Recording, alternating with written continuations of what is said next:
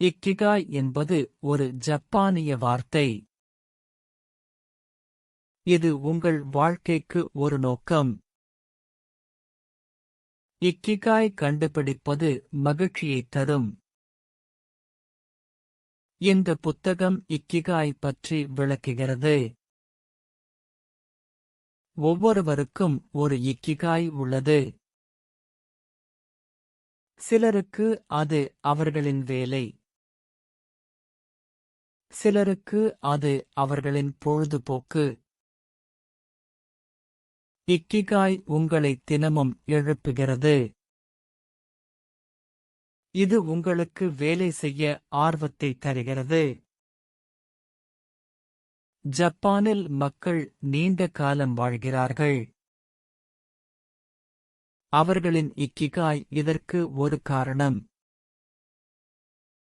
Ikigai 4 விஷயங்களை இணைக்கிறது. அவை நீங்கள் விரும்புவது, உங்களுக்கு திறமை இருப்பது, உலகிற்கு தேவைப்படுவது மற்றும் உங்களுக்கு ஊதியம் கிடைப்பது. இந்த 4ம் சந்திக்கும் இடமே இக்கிகாய். ஜப்பானில் ஒரு சிறிய தீவில் மக்கள் நீண்ட காலம் வாழ்கிறார்கள். அவர்கள் மிகவும் ஆரோக்கியமாகவும் மகிழ்ச்சியாகவும் இருக்கிறார்கள். இந்த இடத்தின் பெயர் ஒகினாவா. ஒகினாவாவில் 100 வயதுக்கு மேல் வாழும் பலர் இருக்கிறார்கள். அவர்களின் நீண்ட ஆயுளுக்கு பல காரணங்கள் உள்ளன. முதல் காரணம் அவர்களின் உணவு. அவர்கள் நிறைய காய்கறிகள் மற்றும் மீன் சாப்பிடுகிறார்கள். இரண்டாவது காரணம் அவர்கள் நிறைய நடக்கிறார்கள். அவர்கள் தினமும் சிறிது உடற்பயிற்சி செய்கிறார்கள். மூன்றாவது காரணம் அவர்களின் சமூக வாழ்க்கை. அவர்கள் நண்பர்களுடன் நேரம் செலவிடுகிறார்கள். இது மன அழுத்தத்தை குறைக்கிறது. நான்காவது காரணம் அவர்களுக்கு ஒரு நோக்கம் உள்ளது. அவர்கள் ஒவ்வொரு நாளும் ஏதாவது ஒரு வேலையை செய்ய விரும்புகிறார்கள். இந்த 4 விஷயங்களும் நீண்ட ஆயுளுக்கு உதவுகின்றன. இக்கிகாயைக் கண்டறிய நீங்கள் 4 முக்கிய கேள்விகளுக்கு பதிலளிக்க வேண்டும். முதல் கேள்வி, நீங்கள் எதை நேசிக்கிறீர்கள்? இரண்டாவது கேள்வி, உலகிற்கு என்ன தேவை? மூன்றாவது கேள்வி, நீங்கள் எதற்காக பணம் பெற முடியும்? நான்காவது கேள்வி, நீங்கள் எதில் சிறந்தவர்? இந்த 4 கேள்விகளுக்கும் பதில் இருந்தால் நீங்கள் உங்கள் இக்கிகாயைக் கண்டுபிடித்துவிட்டீர்கள். உதாரணமாக, ஒருவர் இசையை நேசிக்கலாம். உலகிற்கு மகிழ்ச்சி தேவைப்படலாம். அந்த நபர் இசை மூலம் பணம் சம்பாதிக்கலாம். மேலும் அவர் இசைக்கருவியை வாசிப்பதில் சிறந்து விளங்கலாம். இவை அனைத்தும் சேர்ந்தால் அதுவே அவரது இக்கிகாய் ஆகும். இக்கிகாயைக் கண்டுபிடிப்பது ஒரு பயணம் போன்றது. இது உடனே நடக்காது, நேரம் எடுக்கும். நீங்கள் பொறுமையாக இருக்க வேண்டும். மன அழுத்தம் நம் வாழ்வியல் ஒரு பகுதி ஆகும். ஆனால் நாம் அதை எப்படி கையாளுகிறோம் என்பது முக்கியம். இக்கிகை நமக்கு சில எளிய வழிகளைக் கற்றுக் கொடுக்கிறது. ஒரு வழி, நாம் செய்யும் வேலையில் முழுமையாக கவனம் செலுத்துவது. இது ஓட்டம் அல்லது ஃப்ளூ நிலை என்று அழைக்கப்படுகிறது. நாம் ஒரு வேலையில் மூழ்கும்போது மன அழுத்தம் குறைகிறது. இன்னொரு வழி நமது சிறிய வெற்றிகளைக் கொண்டாடுவது. இது நமக்கு மகிழ்ச்சியையும் திருப்தியையும் தரும். நமது சுவாசத்தில் கவனம் வைப்பதும் உதவும். மெதுவாக சுவாசிப்பது மனதை அமைதிப்படுத்துகிறது. நமக்கு பிடித்தமான பொழுதுபோக்குகளைச் செய்வதும் மன அழுத்தத்தை குறைக்கும். இந்த சிறிய பழக்கங்கள் நமது நாளை மாற்றும். இக்கிகை நமக்கு நினைவூட்டுகிறது, மன அழுத்தம் நிரந்தரமானது அல்ல.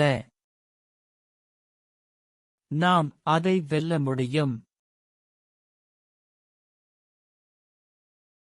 மரியா ஒவ்வொரு நாளும் சிறிய மகிழ்ச்சிகளைக் கண்டுபிடித்தாள்.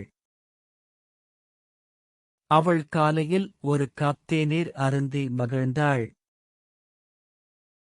இந்த சிறிய பழக்கங்கள் அவள் மனநிலையை மேம்படுத்தின. நண்பர்களுடன் பேசுவதும் அவளுக்கு மகிழ்ச்சியைத் தந்தது. ஒரு நாள் அவள் பூங்காவில் நடந்து சென்றாள். அங்கு பறவைகள் பாடுவதைக் கேட்டாள். இந்த எளிய விஷயங்கள் அவள் வாழ்க்கையை அழகாக்கின. மரியா தனது நன்றியுணர்வை எழுதத் தொடங்கினாள். ஒவ்வொரு இரவும் 3 நல்ல விஷயங்களை எழுதினாள். இது அவளுக்கு நேர்மறையான சிந்தனையைக் கொடுத்தது. சிறிய மகிழ்ச்சிகள் பெரிய மாற்றங்களை உருவாக்கின. அவள் அன்றாட வாழ்க்கையில் மகிழ்ச்சியைக் கண்டாள். இந்த பழக்கம் அவளை மேலும் மகிழ்ச்சியாக்கியது. மரியா இப்போது ஒவ்வொரு நாளையும் கொண்டாடுகிறாள். இயற்கை நமக்கு அமைதியையும் மகிழ்ச்சியையும் தருகிறது. நாம் ஒவ்வொரு நாளும் சிறிது நேரம் வெளியில் செல்ல வேண்டும். ஒரு பூங்காவில் நடப்பது மனதை புத்துணர்ச்சியாக்கும். மரங்களும் பறவைகளும் நமக்கு வாழ்க்கையின் அழகை நினைவூட்டுகின்றன. நீங்கள் கடற்கரையில் அமர்ந்து அலைகளை பார்க்கலாம். இயற்கையில் நேரம் செலவிடுவது மன அழுத்தத்தை குறைக்கிறது. தோட்டத்தில் வேலை செய்வதும் ஒரு நல்ல பழக்கம். செடிகளை வளர்ப்பது பொறுமையை கற்பிக்கிறது. நாம் சூரிய உதயத்தையும் சூரிய அஸ்தமனத்தையும் ரசிக்கலாம். இயற்கையுடன் இணைந்திருப்பது நமது உடலுக்கும் நல்லது. புதிய காற்று சுவாசிப்பது ஆரோக்கியத்தை மேம்படுத்துகிறது. நாம் மலைகளில் ஏறி இயற்கையின் காட்சிகளை பார்க்கலாம். இயற்கை நமக்கு எளிமையான மகிழ்ச்சியைக் கற்றுத் தருகிறது. ஒரு மரத்தின் கீழ் உட்கார்ந்து புத்தகம் படிப்பது மிகவும் இனிமையானது. இயற்கையுடன் நேரம் செலவிடுவது நமது இயற்கையின் ஒரு முக்கிய பகுதி. நமது வாழ்க்கையில் சில நேரங்களில் சிரமங்கள் வரும். இந்த சிரமங்களை நாம் எதிர்க்க வேண்டும் என்று நினைக்கிறோம். ஆனால் உண்மையான மகிழ்ச்சி எதிர்ப்பை தழுவுவதில் இருக்கிறது. எதிர்ப்பு என்பது நம்மை வலிமையாக்கும் ஒரு வாய்ப்பு. நாம் சிரமங்களை தவிர்க்க முயற்சித்தால் நாம் வளர முடியாது. ஒரு சிறிய தடயம் நமக்கு புதிய பாடங்களை கற்றுக் கொடுக்கும். எதிர்ப்பை ஏற்றுக்கொள்வது நமது மனதை அமைதிப்படுத்தும். உதாரணமாக, ஒரு வேலையில் தோல்வி என்பது முடிவு அல்ல. அது மீண்டும் முயற்சி செய்ய ஒரு வழியைக் காட்டும். நாம் எதிர்ப்பை எதிர்கொள்ளும்போது நமது உண்மையான வலிமை தெரியும். இந்த பாடம் நமது இகிகையின் ஒரு முக்கிய பகுதி. எதிர்ப்பை தழுவினால் நாம் மிகவும் மகிழ்ச்சியாக வாழலாம். ஓட்டம் என்பது ஒரு மனநிலை. நீங்கள் ஒரு வேலையில் முழுமையாக மூழ்கும்போது நேரம் மறைந்துவிடும். இந்த உணர்வு மகிழ்ச்சியைத் தருகிறது. பாய்மை என்பது மாற்றத்தை ஏற்றுக்கொள்வது. வாழ்க்கையில் பல விஷயங்கள் எதிர்பாராத விதமாக நடக்கும். நாம் அவற்றுடன் நெகிழ்வாக இருக்க வேண்டும். ஒரு நதி எப்படி தடைகளைச் சுற்றிச் செல்கிறதோ அப்படியே நாமும் இருக்க வேண்டும். ஓட்டம் மற்றும் பாய்மை இரண்டும் நமது இகிகையைக் கண்டறிய உதவுகின்றன. நீங்கள் விரும்பும் ஒரு வேலையைச் செய்யும்போது ஓட்டம் எளிதாக வரும். சிக்கல்களை எதிர்கொள்ளும்போது பாய்மை முக்கியமானது. சிறிய மாற்றங்களைச் செய்ய பயப்பட வேண்டாம். இந்த இரண்டு கருத்துக்களும் உங்கள் அன்றாட வாழ்க்கையை மேம்படுத்தும். உங்கள் கவனத்தை ஒரே விஷயத்தில் வைக்க முயற்சி செய்யுங்கள். அப்போது நீங்கள் ஆழமான மகிழ்ச்சியை உணர்வீர்கள். நன்றியுணர்வு நம் வாழ்க்கையில் மகிழ்ச்சியை அதிகரிக்கிறது. தினமும் நன்றியுணர்வு பயிற்சி செய்வது முக்கியம். நாம் நன்றி சொல்லும் விஷயங்களை எழுத வேண்டும். இது நம் மனதை நேர்மறையாக வைக்க உதவுகிறது. தியானம் மனதை அமைதிப்படுத்தும் ஒரு வழி. ஒவ்வொரு நாளும் சில நிமிடங்கள் தியானம் செய்யலாம். தியானத்தின் போது நம் மூச்சில் கவனம் செலுத்துகிறோம். இது நமக்கு தற்போதைய தருணத்தில் இருக்க உதவுகிறது. நன்றியுணர்வும் தியானமும் ஒன்றாக வேலை செய்கின்றன. அவை நம் மன அழுத்தத்தை குறைக்கின்றன. இந்த பயிற்சிகள் நம் உறவுகளை மேம்படுத்துகின்றன. மகிழ்ச்சியான வாழ்க்கைக்கு இவை இரண்டும் முக்கியம். உங்கள் இக்கிகாயை கண்டுபிடித்த பிறகு அதை தினமும் வாழ வேண்டும்.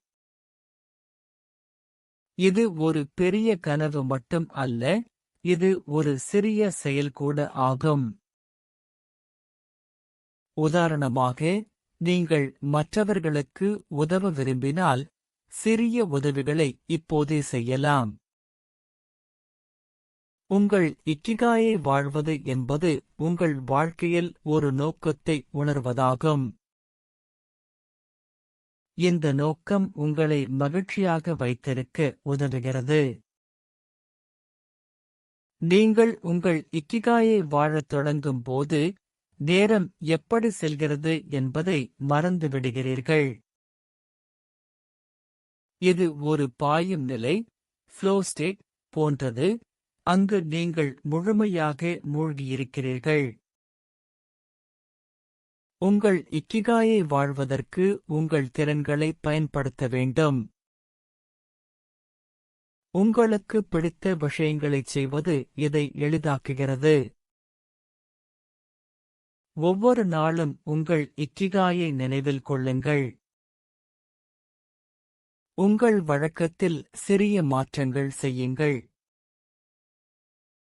இறுதியில், உங்கள் இக்கிகாயை வாழ்வது உங்கள் வாழ்க்கையை அர்த்தமுள்ளதாக மாற்றுகிறது. இது ஒரு பயணம், ஒரு இலக்கு அல்ல என்பதை நினைவில் கொள்ளுங்கள்.